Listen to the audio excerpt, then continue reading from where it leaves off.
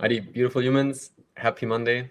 Welcome to another episode of Embodied Impact, where we're building a community of 6 and 7 figure entrepreneurs who are ultimately really leveraging the wealth and love in their intimate relationships. So today we're here with Brandon Fong, who, good day, my man. I love you. Good seeing you guys. Happy to be here. So Brandon's mission is really to creating a more deeply connected world. And today we're gonna go deep into like what does it look like building relationships. And so Brandon is also hosting a podcast, top ranked podcast, in fact, where he's interviewing 7, 8, and 9 figure entrepreneurs on their journeys and the failures that they have found in life and also the successes that do come with that. So if you have any questions that come up for you along the way, put them in the question box, put them in the chat. Also, if you want to continue the conversation afterwards, join our community. And there's also room for like men's groups and mastermind groups that are part of the Embodied Impact universe, so if that's something that you want to get more deeply into. Alrighty, Brandon, my man, let's get started.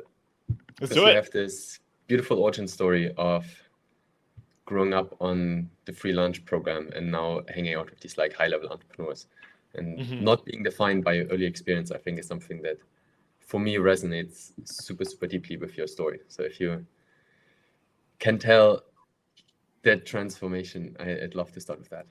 Yeah, would love to start with that. And hi, Sarah, and hi, me. I see you guys joining in the chat, so good to have you guys here. But yeah, I'll start by taking you guys and everybody that's hanging out with us today back to Wisconsin Hills Middle School.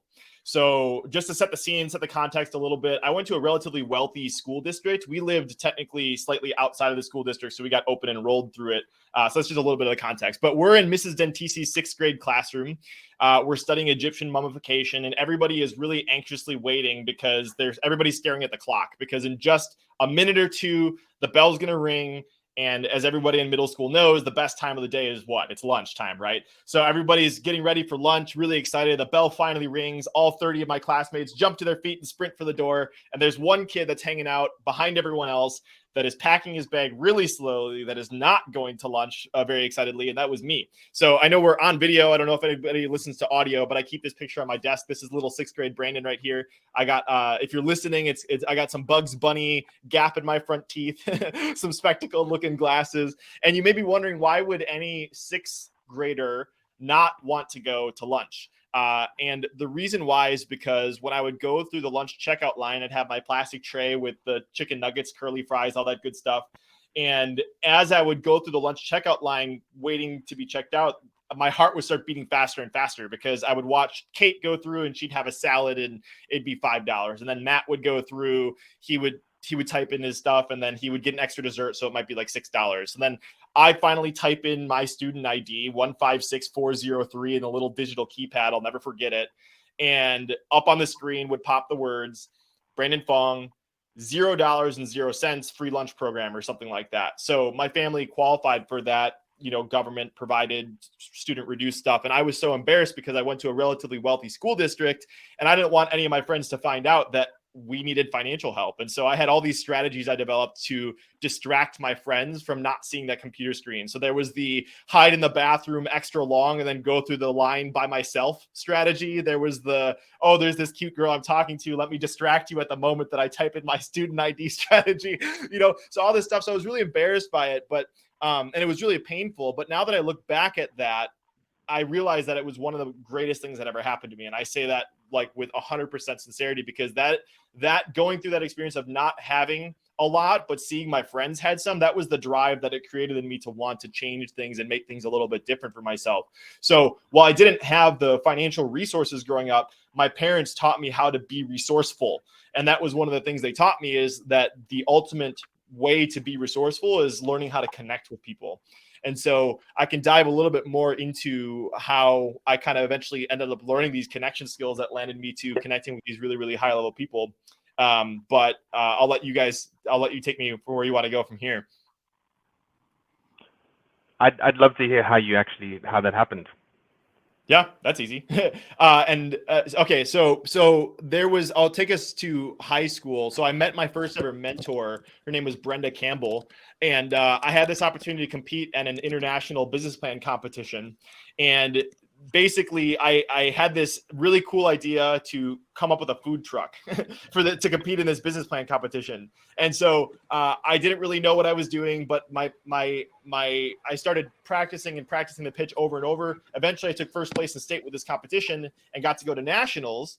And what happened the day after the trip, I was super excited, but then my advisor kind of got all the people that qualified for this competition, and she told us what it was like to compete at nationals, and the cost of the trip was $1,050.80. And I remember being like, oh my God, that's way too much money. There's no way that I can afford that. My family can't just write a check for that. So going back to how my parents taught me how to be resourceful, my dad ended up connecting me with a CEO of a nonprofit organization that they had met at the local chamber of commerce, and she knew all about fundraising. So my dad was like, why don't you learn from her about how to fundraise?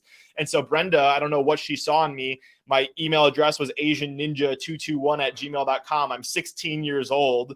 My business plan is called the Sizzling Ninja Food Truck. Like, it's nothing crazy extraordinary here, but she saw something in me and she decided to show me how to connect with people. And so she took me under her wing and was like, okay, this is what's going to happen. I'm going to introduce you to some really high level CEOs. And what you're going to do is you're going to ask for feedback on your business plan. And then once you've given them your pitch and show them what you're up to, ask them if they'll be willing to support you and contribute to your trip. So sure enough, like I meet Tom, show my business plan, he gives me $100. And then Tony, show my business plan, he gives me $100 or whatever. And so I keep doing this. I'm like, oh my God, this is so much more better than scooping ice cream, which was my high school fast food job. I'm like, this is much better. And so I ended up doing that. And it was 2 weeks left before the trip was about to start. I was $500 short. I didn't know what I was going to do. And then eventually Brenda introduced me to one more person. And she's like, I can't believe I forgot to introduce you to this guy. His name is Kevin Kowalski. And so she sets up the meeting with Kevin. I give my presentation with him. And at the end of the presentation, he says, hey, Brandon, how much more do you have left to pay for this trip? And I'm like, it's in a few weeks. I have $500 left. And that's what I got. And so he ends up pulling out a checkbook. He writes something on it. And then he puts it in an envelope and gives it to me. And I didn't want to be rude and like look at what he was writing or whatever. And so I didn't look at it. But then I left the door. As soon as I make it through the door, of course, the first thing I do is I rip open that envelope. I pull out the check and I find out he wrote me a check for $500 and I was going to that international competition. So that was an incredible eye-opening experience to me that showed about the power of being resourceful. And I ended up not competing at the international competition. But what I learned that day from Brenda, that if you learn how to connect with people and that leveraging that as your ultimate resource, that's really what's going to take you to where you want to go. And so I've since then leveraged those skill sets that I've developed from Brenda and what I learned from Brenda in many different ways. But that was the first manifestation of learning how to connect. And then it's been a really beautiful snowball since then. So, but that is the first expansion of how connection happened. Dude, that's amazing, man. And when you were speaking about like all the different skill sets right now, let's maybe just pull out a few more. Like, what are the other skill sets that you learned from Brenda that you feel are super valuable for you in your expansion? I think the one piece of advice she specifically gave me that always stuck with me was if you ask for money, you get advice. But if you ask for advice, you get money. And the first time she told that to me, I was like, that sounds interesting. I don't really quite understand what it means yet, but it really makes a lot of sense. And as I've applied it more and more, it makes a lot of sense. So I'll explain this by explaining something that I call the IKEA effect. So they did a whole bunch of studies that basically showed that people value IKEA furniture more than other furniture.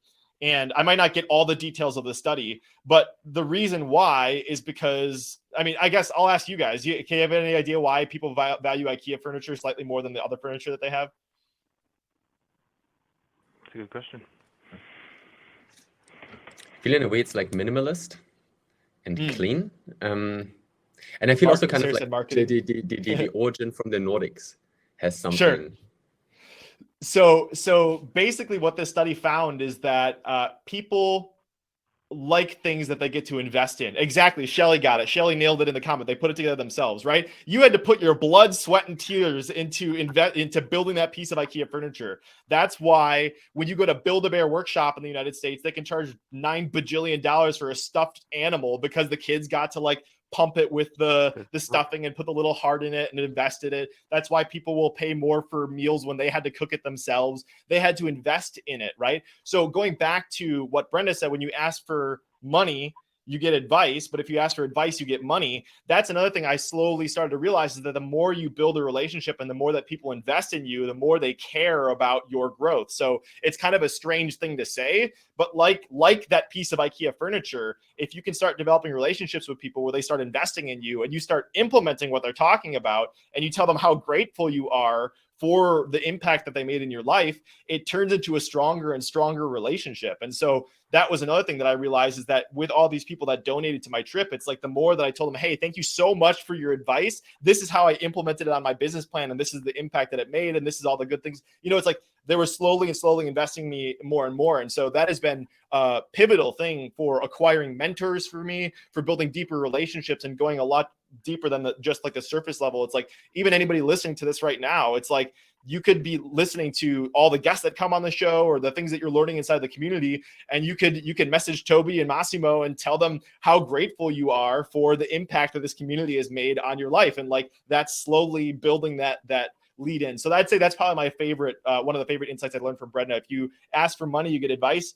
If you ask for advice, you get money. And getting people to slowly invest in you and being super grateful about the impact that they made in your life and telling them about that. I've had people on my show that have, like, I asked a lot of people about mentorship. So when I asked people about on my podcast, but I had on Todd Herman a few weeks ago. He wrote the book, The Alter Ego Effect, and he interviews elite performance athletes, pretty much any like Olympian, NFL, NHL, soccer, all that stuff.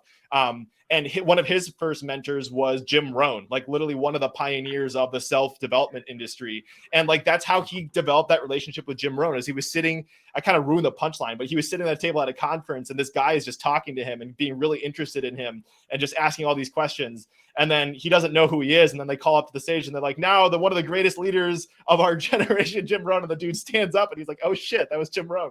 And then he comes back and then talks to Jim. And but the reason how he got him as a mentor is Jim gave him some stuff to do, and he came back and he implemented the next week and emailed Jim and was like, hey, thank you so much for the impact you made. This is how I applied it. And that turned into a relationship. So this is kind of like the commonality of what I saw very early on. And what I've also seen from lots of people that have been on my show that have acquired high level mentorship, it's because they started to make that investment and they've actually implemented and shown the advice that they've taken, and the impact that it's made on their life. So I went on for a little bit there, but that's something I discovered early on that I've kind of validated in interviewing really high level people as well.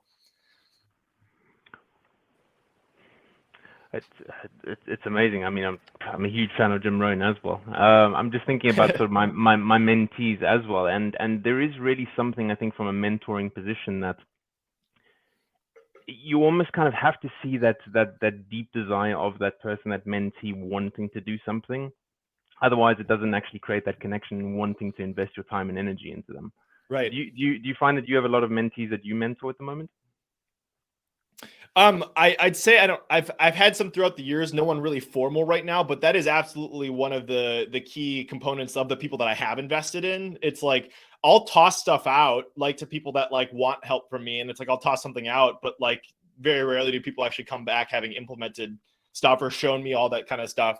I mean, I'm sure people do, but it's just the people that go above and beyond. Those are the people that I've invested in. The people that like, I took this, I applied this is how it happened. You know, what's that like? So that's absolutely how those relationships have started when I've had the opportunity to invest in other people. I don't know if you guys have experienced the same. Yeah, I mean, absolutely. I mean, in terms of like coaching, but then also in terms of, I feel when it's even with my sons, you know, like when I tell them something and then they come back. I mean, even in these moments, I feel for me, that's the same thing as when you do kind of like formal mentoring. Because I feel ultimately we are all on these journeys where, you know, there's people ahead of the quest that we're on, and there's people behind us. And I feel what you say, I want to link this into a question around kind of like masterminding. Because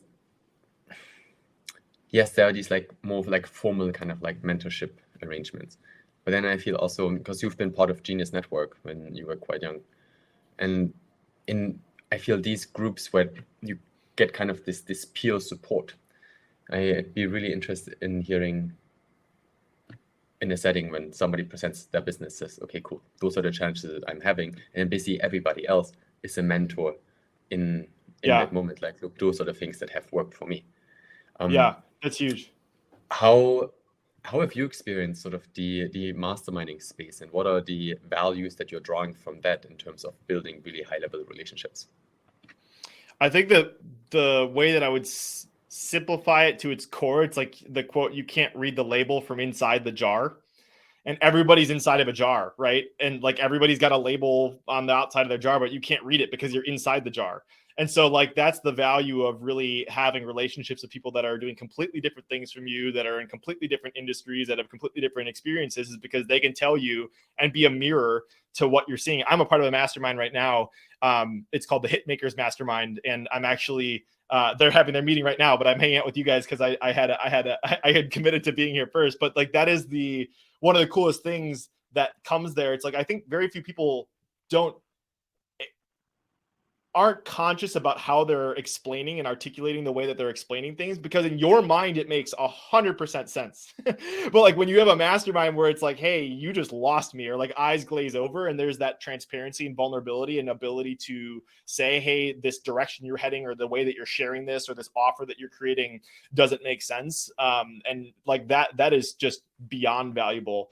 And I think that, and this is what you guys are all a part of too. One of the quotes that comes up all the time on my podcast, and I think this is related to masterminds as well, but it's, until you make the unconscious conscious, it will control your life and you will call it fate.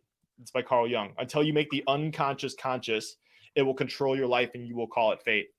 And like, I just see in all the elite performers that I've had the pleasure of interviewing, it's like they have done the work to examine their muck, the insides, their earlier experiences, and find out what are the recurring patterns that they're kind of reliving as a result of that stuff. And here's something actually everybody can apply. And I'm kind of going on a rabbit hole, so you guys can tell me if it's interesting. But it's like somebody I interviewed the other day on the show, he calls it ancestral karma. So this is a guy that like, he started dealing drugs when he was 7 years old and trafficking people across the border. And he describes it as he was a fish that didn't know he was in the water, because that's what his dad just had him doing, was just taking people across the border and dealing drugs. It was just like what you did. And so like he calls it ancestral karma, because it's like his dad didn't know any better and his dad didn't know any better. And it was just like, it was just kind of like passed down. And so you don't know that you're inside this. And so until you do the work to, this is somebody that everybody can apply, is like, I've interviewed my parents, I've interviewed my grandparents as a way to discover what are some of those things that have been passed down in the thinking, that then you can examine and say, hey, is this really my thinking? Do I want to keep this belief? Do I want to keep this way of doing things? Or do I want to change it and modify it a little bit? So anyways, going back to masterminds, I think that that's another thing, that if you have a really good, well set up mastermind, is like, people will call you out on your bullshit. Sorry, I don't know if you can swear, but it's like, they will call you out. It's like, hey, that's interesting. Like, why are you thinking about it that way? Or like what is it that just came up right there? And I think that that's the distinguishing factor in some of the best conversations I've had and some of the worst, is that sometimes the problem with those masterminds is people come up with really big egos, and like they have big companies that are doing big things in the world, and that's great, that's fantastic. But unless you're willing to get vulnerable and really share the shit that you're going through, the bad parts, and like not like posturing and all that kind of stuff, when you can go deeper, help uncover those unconscious things, and when you can be a mirror to other people and show them the things that they can't see, that's really where the value comes. I think equally in that value is the readiness of the individual, because I think when we have a lot of defensiveness going into those kind of spaces, you're not going to get very far in that. So they almost, another way of looking at it is that it has to be seen as almost a humbling experience to go through something like that, so you're more available to actually receive the goodness that everyone is going to bring to the table for you. Yeah. And I feel the vulnerability is a really big piece that you got to include here, Brandon. So what are your ways of being, strategies, whatever you want to call it, to really shop with vulnerability, to allow others to also make themselves vulnerable, so that you actually get that real heart-to-heart connection. Yeah, I think you have to be willing to do it first. You have to be willing to go there.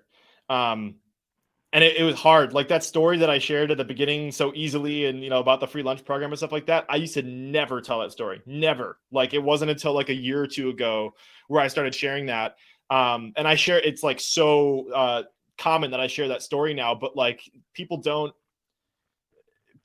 aren't willing to connect or really open up until you're willing to be the brave one and do it first, And so like, that's kind of, I had the person that I interviewed 2 weeks ago, his name was Eric Allen. And he grew up like his mom being abused by different boyfriends and all that kind of stuff. And like, he told the story about, he was brushing his teeth and just looked over one day and saw his boyfriend just wailing on his mom, just like popping him in the head. And he's 13 years old and he grabs a cast iron pan and cracks him in the back of the head to try to save his mom. The dude wheels around, he cracks him in the head and splits his forehead open. And then his mom doesn't even report the dude that's beating the shit out of him. But it's like the reason why that came up is because like he used to never tell that story either. Like he was so ashamed of the fact that like he grew up in a battered household and like didn't have that stuff. But now he has a podcast and is sharing this message. And so anybody listening to this right now, I would encourage you, that story that you do not want to share, that you are scared shitless of sharing, that's the one you need to share the most.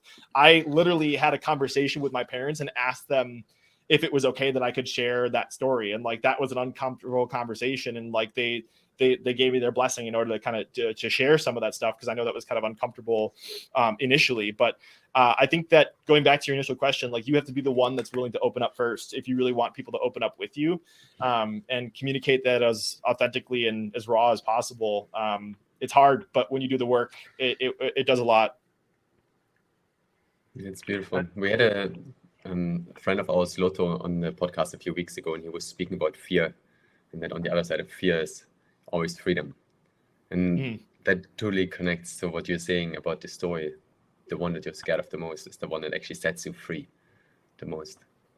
So we have 2 questions, and I want to get into the first one. Me was asking, how do I remend a connection I had that was great and I messed up?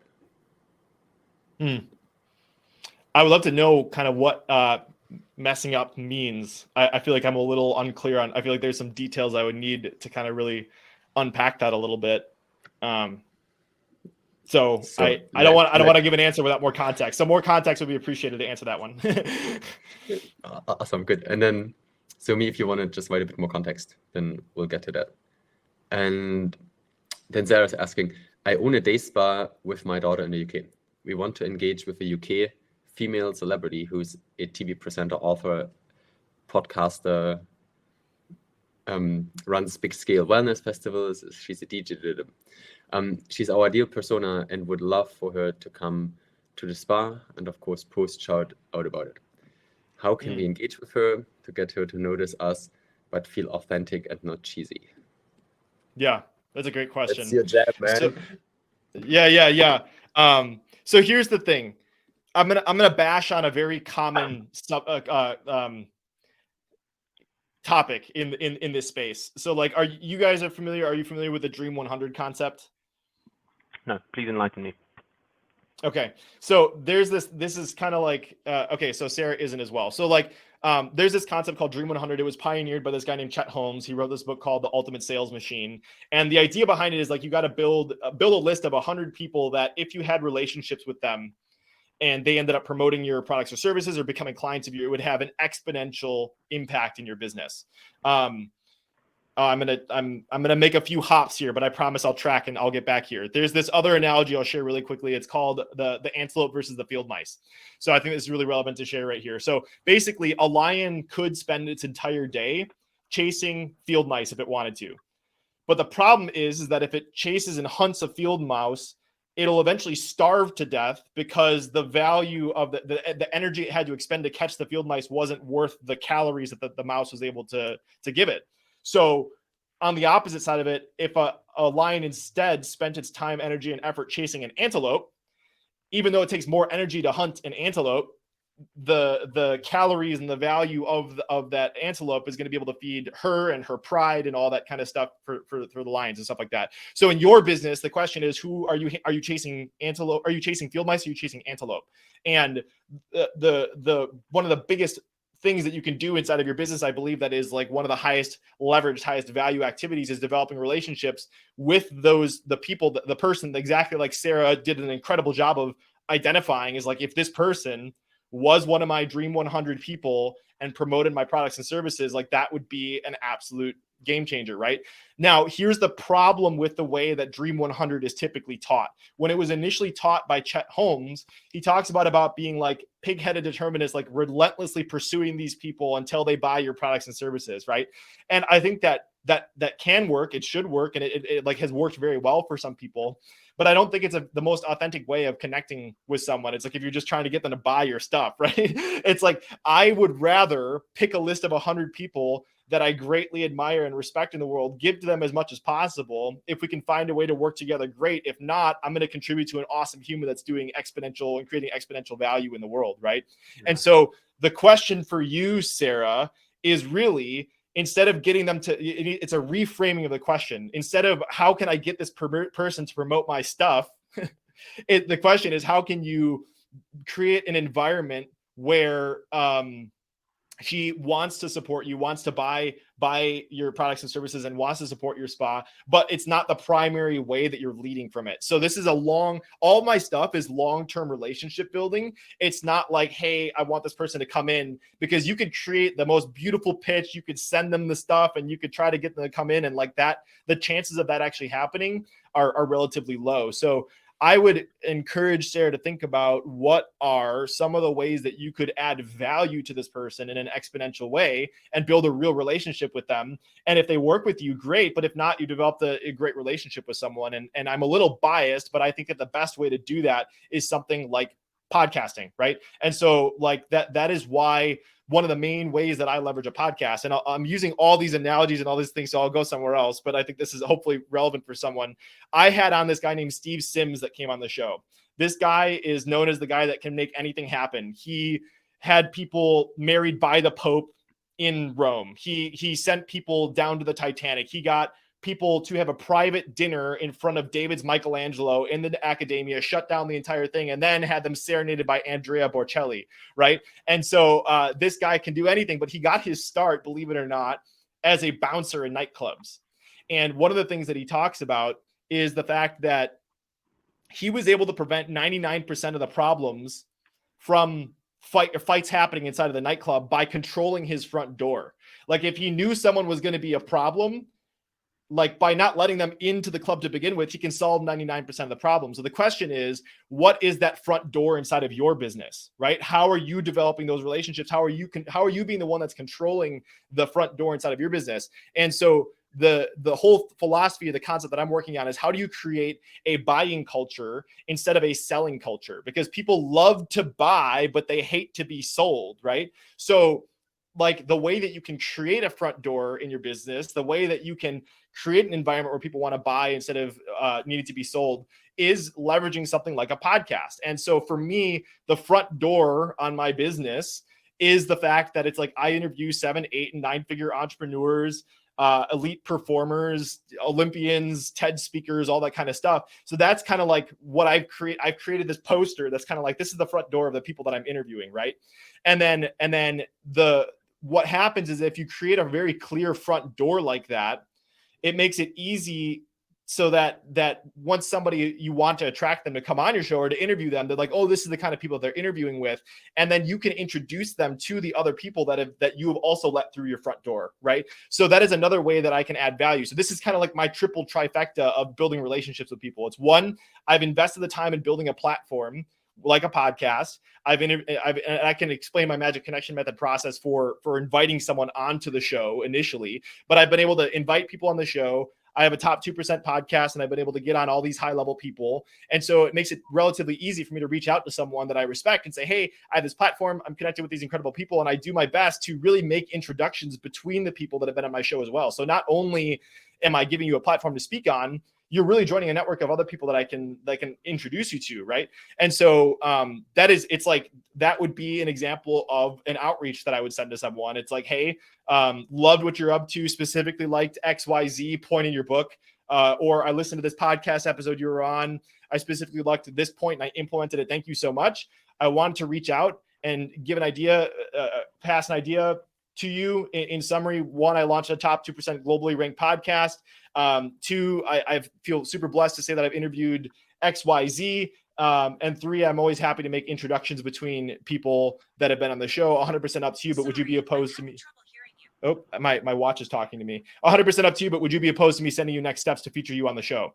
So like that would be like an example of a magic connection method email. They come on the show. I have a whole bunch of stuff to build relationships with them while they come on the show, right? Give them a world-class guest experience, because lots of these people have had, not the best experiences, or they've been on 100 shows. So how do you actually stand out when you have a show? So then I have that, and then I make introductions to other people. So now it comes from, instead of how do I get this person to promote my stuff, it's like, wow, they've had me on the show. They've given me a great experience. They've introduced me to other people.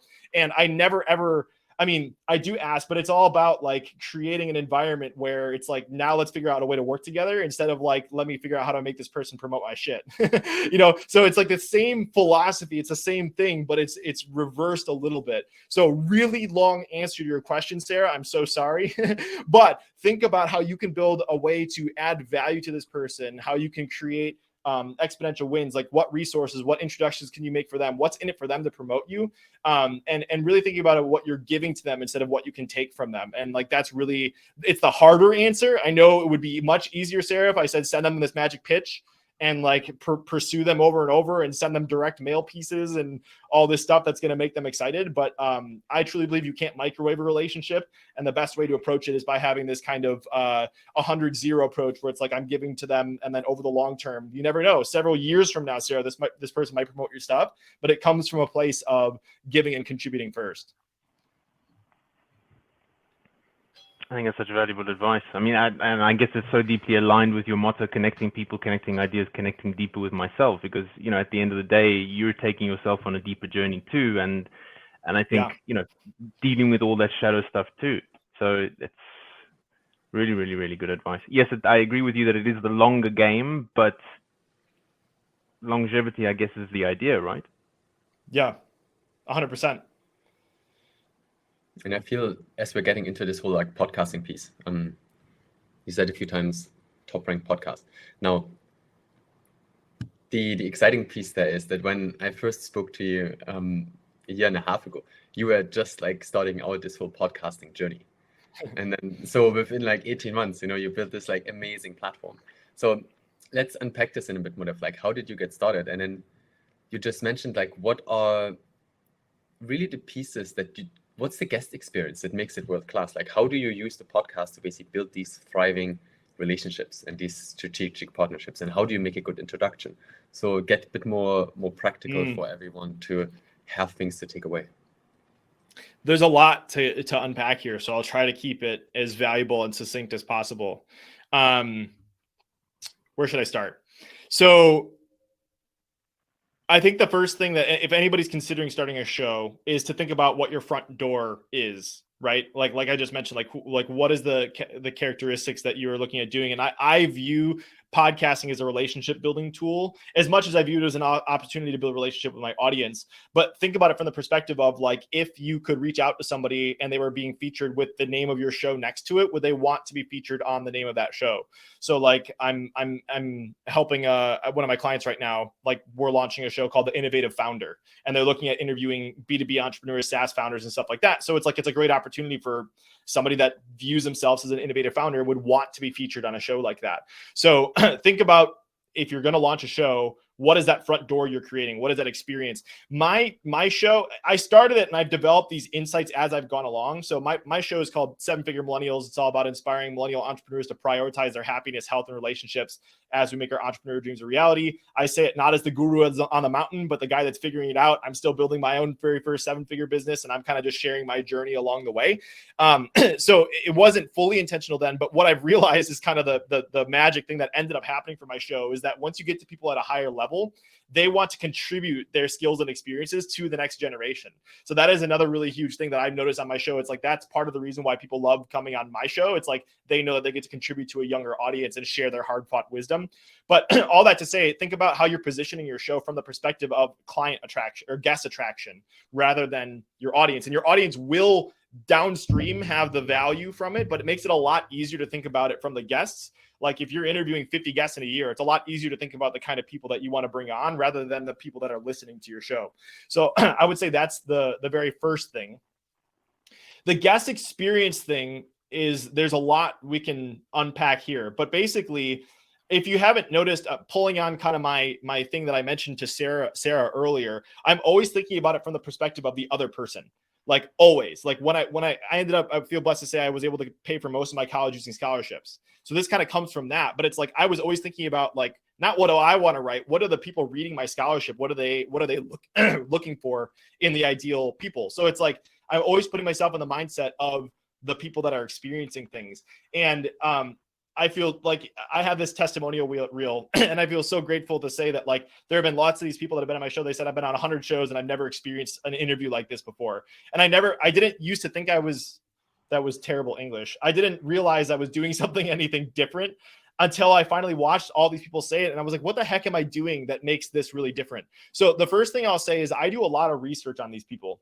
Like, and it requires a lot of investment, but I've kind of developed and boiled down a system to really pull out the stories, because it's like, if you start a show, if you start an interview asking the same question that every other interview asks, which is tell us a little bit about yourself and how you got here. The moment, like, think about it from the audience perspective, from the guest perspective, the most important thing is that first question that you ask, because it sets the tone for everything else. Really, it does. So there's a lot that goes into this, but if I could say one thing, if you're going to develop an interview with someone, think long and hard about what that first question is, because that first question is really what's important. I'm trying to think about, like, here's an example, the person I'm interviewing tomorrow, like, because it's on my mind. She has all this incredible stuff, and like she has the main stories that she tells, but the questions that are the most powerful to ask relate to a human element, something that reveals something more about them as a human. And I'll explain the question I'm going to ask Pia tomorrow when I interview her. But like, this is also very important when you're reaching out to people. Like, think about these potential 2 outreaches. I could reach out to Toby and I could say, hey, love the values of your company. It's something along those lines. And I can make it specific about exactly what you're doing. That's specific. You can tell I haven't copied and pasted it. But if I found something about Toby that spoke to the core of him and what he is and why he does it, and I gave a compliment on that, like the example is I was reaching out to one person once, and it's like, I option A would have been like, hey, I love your core values of your company, specifically like XYZ. Thank you for doing it so much. Or option B, I went a little bit deeper and I found out that this guy competed on the American Ninja Warrior. And part of what he did was he competed on the American Ninja Warrior. And one of his inspirations was Jean-Claude Van Damme. And I didn't know who that was. I had to look it up initially, but like one of the, martial arts dude, And so look at those 2 different compliments that I can make to that person. I could talk about his values, which is specific to him, or I could give him a compliment and talk to him about like, hey, listen to this podcast and saw when you talked about your inspiration was Jean-Claude Van Damme. Like, look at those 2 side by side. What's going to connect with that human more is if I connect with him on that real thing that sent him towards this path of what he wanted to do. So going back to Pia, when I'm interviewing her tomorrow, I could talk about her business. I could talk about all those core values, but I listened to her book yesterday, and she talks about how one of the most valuable lessons she learned in her business was learned by when she met her husband and she dated, like, the first date that she had with her husband. So like the first question I'm going to ask is going to most likely, unless I find something different by tomorrow, is going to be about that first date with her husband. And it's going to get her to open up about that real relationship and talk about her husband, something that she loves. I interviewed somebody else where I asked him about his grandma, like something to talk about his grandma, and he got to talk about his grandma for a little bit. So like that right there is like, if you can find that human element of that question, that is the most important part. So that is 80-20. I can keep going and going and going, but I'll let you guys pause me for a second. I have some other stuff I could share, but I don't want to just ramble for 2 hours here. Yeah, I think what would be interesting as well is sort of like the kind of before and after, because yes, you have the interview itself, which builds the relationship, but then also like in the lead up to the interview, and then also kind of after the interview, because you were speaking a lot about really giving back and creating this exponential value. Yeah. Like what is the nature of a good introduction look like, for example, then when you connect people in your world? Yeah. So I always at the end of every interview and at the like when they book on my show, I ask them, what do you need the most help and support with right now? Like, what are the connections that are most valuable to you? And I'm always asking that question pretty much of everyone. Like, I'll probably get off of this and I'll ask that to you guys later. And I might not have an answer right now, but like I might meet someone in a few months from now where it's like, oh, you guys need to talk on this group, you know. It's like so like that is something I'm always asking, and I'm asking that of everyone. It's not selective, and I really do ask that with the intention of wanting to find out how I can support someone. So that's part number one, is knowing what is valuable to certain people, because if you don't know what they need, then obviously you can't help support them on that journey. But part number two is, after asking that, what makes a good introduction? It's like, I always do double opt-in introductions. I'm very specific about that. I hate getting introductions when it's like, hey, meet this person. I'm like, you didn't even tell me what this is for or why it's important, you know? And so that is one thing I think is really important. That is an intricacy that many people don't understand. It's like, if somebody says, oh, I'm looking for this type of person, and I'd be like, oh, I know someone that's really valuable for that. Would you be interested in this person? So I was like, I'll make up a name. Let's just say Bill. Like, I have Bill, like you mentioned, you're looking to get connected with XYZ. I think Bill is a perfect fit. And like, is that the kind of person you would like to get connected with? And they say, yes, Bill would be great. I don't immediately get off the call and then introduce Bill and this other person. I will reach out to Bill and say, hey, I just got off of this podcast interview. This person tell a little bit about their story, XYZ. They're looking at accomplishing this in the world. This is why I think it would make a lot of sense for you to meet them. Would you like that introduction? If they say yes, then I make the introduction. I usually give I give context. Usually my introductions are something like this. It's like, hey, Toby, meet Massimo. Massimo, meet Toby. I recorded the video for you that will give you some context on this introduction, and then I'll record a video, and it'll just be me like this right now. I'll open up the camera and say, hey, this is why this has happened. This is the context here. This is the story here. This is why I think it would be exponential valuable for you guys to create, or value for you guys to create together. And then underneath that, I might put links to like their website for them to explore a little bit more. I'll let you guys take it from here. So like, it is, I don't do surface level introductions. I do a lot of work to make sure that it makes sense on both parties, and then I make those introductions. So that is another intricacy and way that I play that game, if that was what you were looking for there, Toby. Yeah, man, 100%. It's really beautiful, and again shows like the heart that you put into it, and the it's really interesting hearing how like when it's almost like you're a weaver. You know, you're weaving these kind of like fabrics of human connectivity. And it's so like heartwarming to hear the love and care that you put in, that it's like, it's not transactional, but it's really transformative. And that's why you do it, man. Yeah. Can I share like a next level thing that I'm playing with you guys that I haven't fully validated, but I'm really excited for this? Okay. So, so this is to be tested, but based on the initial test that I'm doing, I'm really excited for it. So remember that front door thing. I think that is what people pay for in a mastermind. Just so people don't know, if they're not familiar with it, all they're paying for is for who's allowed in the room. Like, so like the more that you can create that front door in your business and say, this is who I work with, like that is literally all. That's why someone pays $25,000 to go to Genius Network, or $100,000 to go to Genius Network. It's like, this is who's been let through the door. Do you want to hang out with them? That's pretty much their sales pitch. If you strip away everything else, it's like, shit, that's really cool. I'll pay 25 grand to go hang out with those people. Right. So it's like, if you go back to, I'll do my weaving thing again, Toby. So like, if you go back to the front door that you created with your podcast, and you say, this is the kind of people that I'm working with, you create an incredible experience with them. You introduce them to other people. This is the part that I'm playing with next. And I'm creating this thing called a legend roundtable. And the only people that are invited on my roundtables are people that have been guests on my show. Right. And so now I can create exponential value to these people by, instead of introducing one-to-one, I can introduce one-to-many, right? And I can create my own little mini mastermind. And it's like, for the longest time, I was like, man, I would love to have a group that I could create. But in my mind, it was such a big, hard thing to create. Like, I need to create a group of 50 people. But how hard is it for you to message 10 people that you know, a few of them say yes, and then you put them in a room together? And like, this is, I'll tell you how I came up with this insight.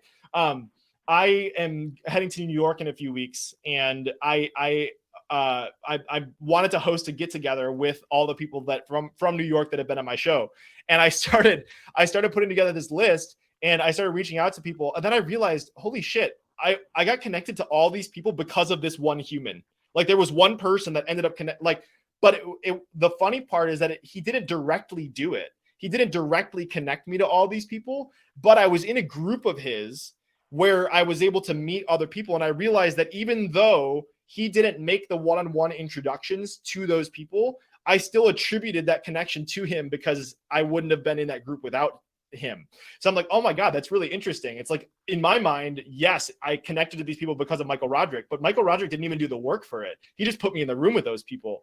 I'm like, that's really interesting. So, one, I'm co-hosting an event with Michael in a few weeks at New York, but I'm like, now I should do this virtually. So another thing that, like, again, if you want to do less work and have more impact, like what if you, again, synthesizing everything, create a front door, invite all these people. What if you invited these people to a group where they meet each other?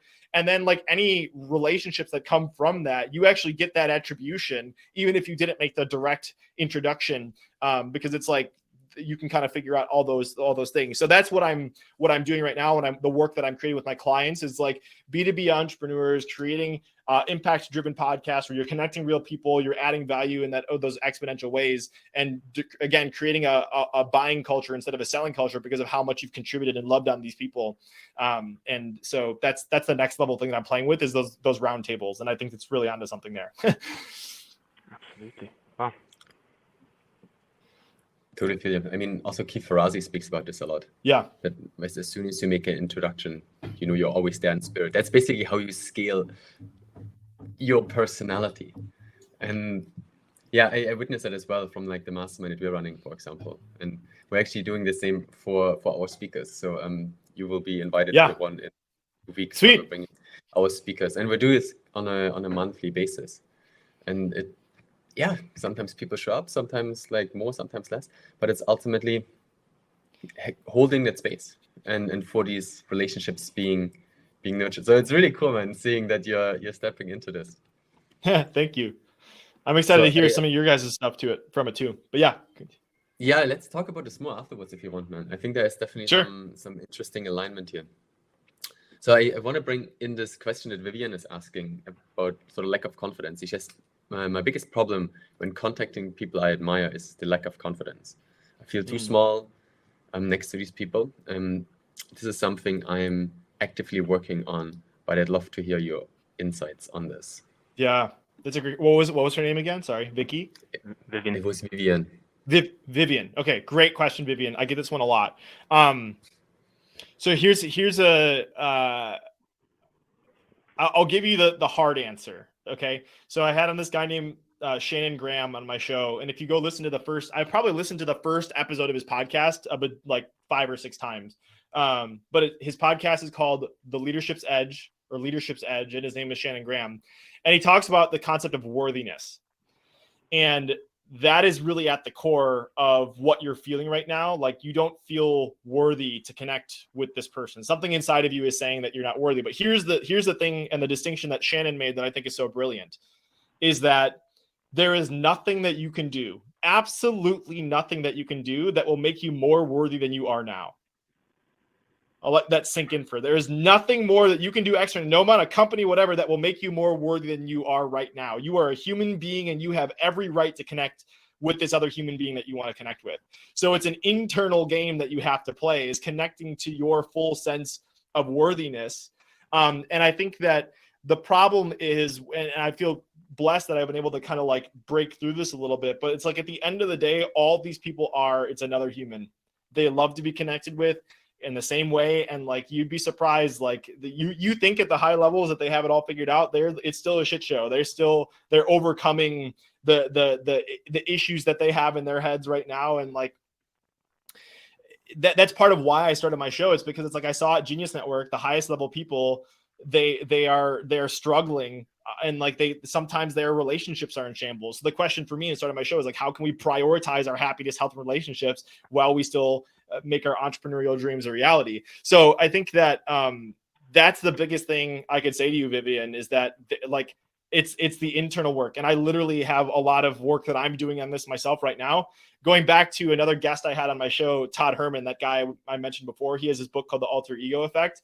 And like, that's helped me a lot, is because you can create an opportunity to step inside of another version of yourself that lives inside of you by creating an alter ego. And that's like when I'm working on my alter ego, that's the number one thing that I'm focused on, is my worthiness, because it's like anybody that has ever suffered from imposter syndrome, which is everyone, like that's all that is at the end of the day, is worthiness. And when I look at the people that I admire the most, they're the people that are unapologetic about who they are, and they just feel deeply worthy. And it's like, if you don't like my stuff, then like, whatever. Like, it literally doesn't care. But to get to that level requires a conscious construction of you practicing and stepping deeper into your worthiness. So hopefully that helps you, Vivian. It's not an easy tactical answer, but some resources for you to check out would be Shannon Graham's episode on my show, also the first episode on his podcast, and then Todd Herman's work with the Alter Ego Effect. I think those might be some good next steps for you. So Brandon, so Sarah was asking if you could share some of the links to the episodes that you mentioned while you were answering her questions. Oh, sure. Yeah, I can try to find those. So if you want to email them, and then I'll send them to Sarah. Or we can put them here. I've mentioned a bunch, but I'll figure it out. Yeah. Amazing. Yeah, and I feel, just going back to kind of the internal work. When you were starting your podcast, I mean, what were the first people that you connected with? Because potentially another piece around the worthiness is to just like start small and like lean into a little bit of fear, and then you're realizing, it's all right. And then you can lean into a little bit more. And so it's that sort of compounding effect, rather than feeling like, I need to connect to this awesome person right away, where the gap is just massive. It's like just a small step. And then you can do another small step. And then effectively just have a cadence of that, so that you pretty quickly arrive at the level that you want to arrive at, but it's not like the step that totally debilitates you. So let me share one of the most valuable lessons I ever learned from my dad. My dad taught me at a very young age. He taught me two things that I think helped me, but like I play lots of billiards. I had this really cute picture of my dad, like those little things where you can strap a kid on your back. I had this really cute picture of like my dad playing pool, and I'm like this like 2-year-old holding onto a ball, like watching him like intensely. Like, and so like two things from my dad. One, he taught me that you always want to play with people that are at a higher level than you. Like, you never want to play with people at your same level or below. You can't, it's not like you can't, but like you're only going to learn with playing with when you get your ass kicked. So like that was something that he taught me at a very early age. The other thing doesn't come from pool, but it's such a profound insight that is so simple that it's overlooked. And like, but really, if you take this to your heart, it has meant so much to me. The worst thing that somebody can say to you is no. True. Like, if you can get over that, it's like, that's like kind of what runs through my mind. It's like, oh my God, this is a big person. Should I reach out to them? Well, worst case scenario, they say no, or they don't respond. And if I can get over that, then why wouldn't I reach out to them? And I think that it's like, it's so simple, but it's like we run all these danger loop scenarios in our head. What are they going to think about me? Like, how dare I ask this or whatever? But like, the worst case is they say no, or they don't respond. The best case is that they say yes and they respond, and you develop a relationship with them. So run that little equation in your head, and it makes it so much simpler to connect with these people. So that I lost track of what I was answering. Did I answer what I was supposed to be answering there? You did. So I feel it also leans into this. The small thing. Exactly. The undercurrent of the fear of rejection. Yeah. Which is comes back to the very beginning of the conversation. It's like, look, if we can learn to lean into fear, then it's all good. To wrap up, we had a question earlier that me was asking, and it's actually, Brandon, if you want to go to the ask a question box here in the bottom, she put a comment. Yeah, and it's very much more a question around relationships in the love sense. And so I know that you are like quite freshly still married, so in some way potentially moving that whole, like, how can we connect more deeply, not just in a professional sense, but also like how do you apply that in your most intimate relationships? Let me read. So I think I see it at the top here. Awesome. It says me, right? I'm reading the thing that just it's written by Yeah, me. exactly. That's right. Yeah. Okay. The guy tried connecting with me and did everything exactly what I've been yearning for years, and I just couldn't keep up and give the love and connection right back at his pace. Is there a chance I can get him back?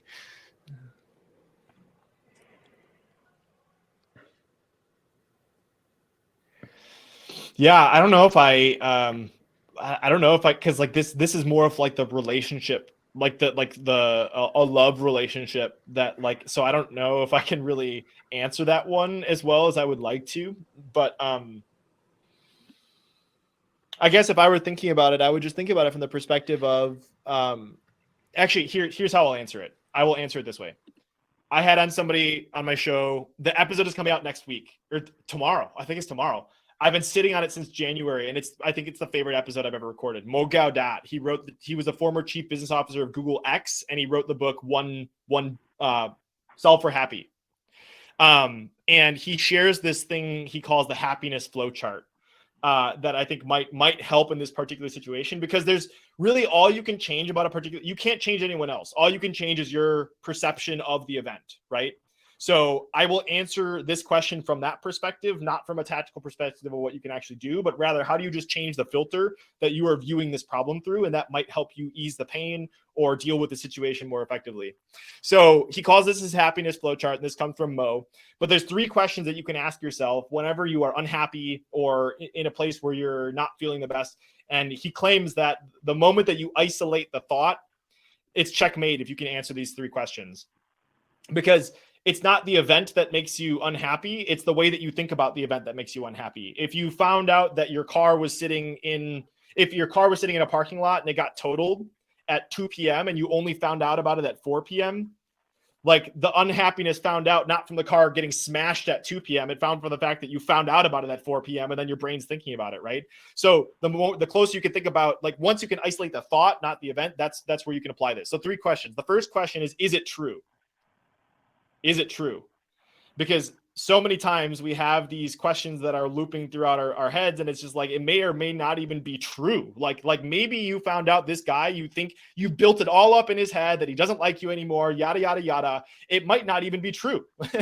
So like that's the one thing. So yes or no. If it's not true, then you can just kind of end it right there. The decision tree ends. It's not true. Then you're just kind of running this. But if it is true, then you continue on to the next question. And the next question is, can I do anything about it? Can I do anything about it? Because if you can't do anything about it, then really it's outside of your control, and there's really nothing else that you can do. So then you just kind of got to get it. And Mo explained this way better. Go listen to the episode with Mo. But like if you can do something, then do something about it, right? So like maybe reach out to this person, share that you screwed up. Like those are some of the actionable things that you can do instead of just worrying about this over and over and over again. And then the last question is what he calls like the Jedi level master of happiness. It's like if it is true and you can't do anything about it, can you live your life and still be happy despite this thing's presence in your life? That's the true ultimate Jedi level of happiness that he talks about. If you don't know Mo's story, Mo's son passed away through a freak surgery accident that happened. And that's kind of the example he gives. Like, is it true my son has passed away? Yes. Can I do anything about it? No. The last question is, can I live a life and still be joyous and happy despite its presence? And that's the only thing that you can do. So once you can reach that Jedi level master of happiness, that's really where the wisdom comes. So not a tactical answer on what you can do, but I think the more you think about the way that you're perceiving the event rather than the event itself, that's where you can minimize lots of the pain and the issues that you're going through, is if you simply change the filter that you're looking through. Beautifully said. Amazing. Dude, I think we're Jens, coming to a close. Yeah, exactly. Brandon, my man, super awesome having you with us today. Love the Thanks for energy, having me. as always. Super freaking upbeat. And yeah, do you want to leave us with like any words of wisdom, anything that you're doing that you want to invite people towards? I would love people to check out my podcast. Seriously, check out my podcast. That would be awesome. Connect with me on LinkedIn. I would love to hear your thoughts about what you learned today. Let me know if there's anything else I can do to support you, whether it's any of the questions, whether it was Vivian or Sarah. Just let me know, and I'd love to hear your thoughts and how I could support you. And maybe I can send you some specific podcast recommendations that'll support. But that's really the number one thing that I'm looking at doing right now is I'm looking at getting on other shows. I'm looking at expanding my message and getting connected with other podcasters.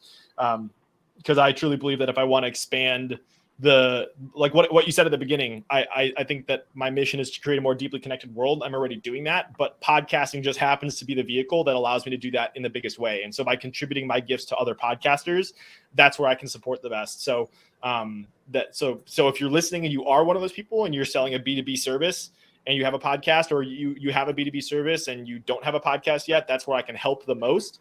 But like, if you liked anything that I've talked about like building relationships in the long term, we can talk one-on-one if it makes sense for you. But if not, just check out my show and reach out to me and I can give you some customized recommendations for an episode that might be a game changer for you. Amazing. Brandon, thank you so much for sharing the space with us, man. Thank you guys. Thank you, Shelly. Thank you, Hannah. Thank you, all you guys, for listening. Yeah, thanks everyone for asking questions about Vivian, Sarah, me. Have an amazing rest of your week. Lots of love, everyone. Take care. Sweet. Bye. Yeah, bye.